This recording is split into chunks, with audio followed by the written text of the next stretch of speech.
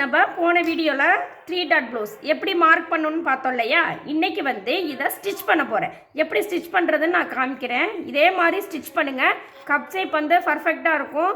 கை பக்கம்லாம் தள்ளி போகாமல் உங்களுக்கு 3 டாட்மே ரொம்ப பர்ஃபெக்டாக இருக்கும்.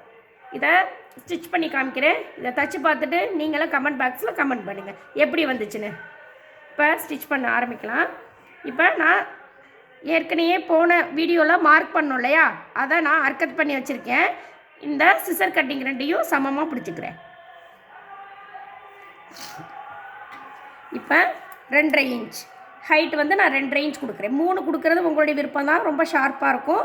நான் 2.5 இன்ச்சு கொடுக்குறேன். 2.5 இன்ச் போதுமானது. நான் உங்களுக்கு தையல் தெரியணுங்கிறதுக்காண்டி கலர் நூலில் நான் ஸ்டிச் பண்ணி காமிக்கிறேன். இப்படியே கொண்டாந்து ஷார்ப்பாக கொண்டு வந்து நிப்பாட்டிடணும்.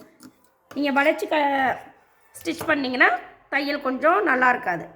இதுக்கப்புறம் ஆம்கோல் டாட் இந்த இருக்கு இல்லையா, இந்த டாட்டை பிடிச்சி இந்த ஆம்கோல் கிட்ட இப்படி நேராக இப்படி பிடிக்கணும்.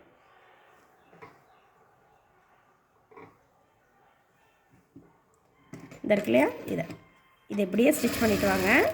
இந்த இடத்துல நமக்கு தேவையான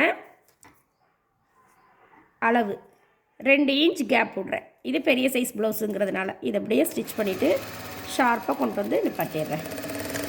இப்போ 2 டாட் நம்ம ஃபினிஷ் பண்ணிட்டோம். 3ஆவது டாட் என்ன பண்ணணும்னு பார்த்தீங்கன்னா, இப்போ இது 2க்கும் இடையில இருக்கு இல்லையா அளவு, இந்த அளவில் நடு சென்ட்ரு பாயிண்டில் இதை இப்படி பிடிச்சி இதையும் பிடிச்சிக்கோங்க. இதுலேயும் நமக்கு கேப் வந்து 2 இன்ச் இருக்கணும்.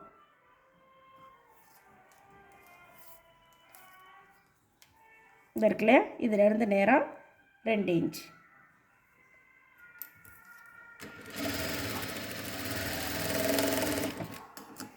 இப்போ எப்படி இருக்குன்னு பார்க்கலாம்.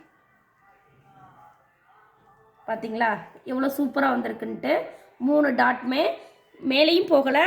இந்த சென்டர் பாயிண்ட் டாட் பார்த்தீங்களா, மேலேயும் போகலை கீழேயும் வரல. கரெக்டாக இந்த 2 டாட்டுக்கும் இடையில நீட்டாக வந்திருக்கு.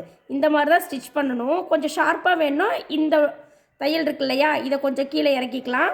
இதையும் கொஞ்சம் முன்னாடி கொண்டு வரலாம். சின்ன சைஸ் ப்ளவுஸாக இருந்தால் நீங்கள் இப்படி ஸ்டிச் பண்ணி பாருங்கள். கப் ஷேப் வந்து தப்பே ஆகாது.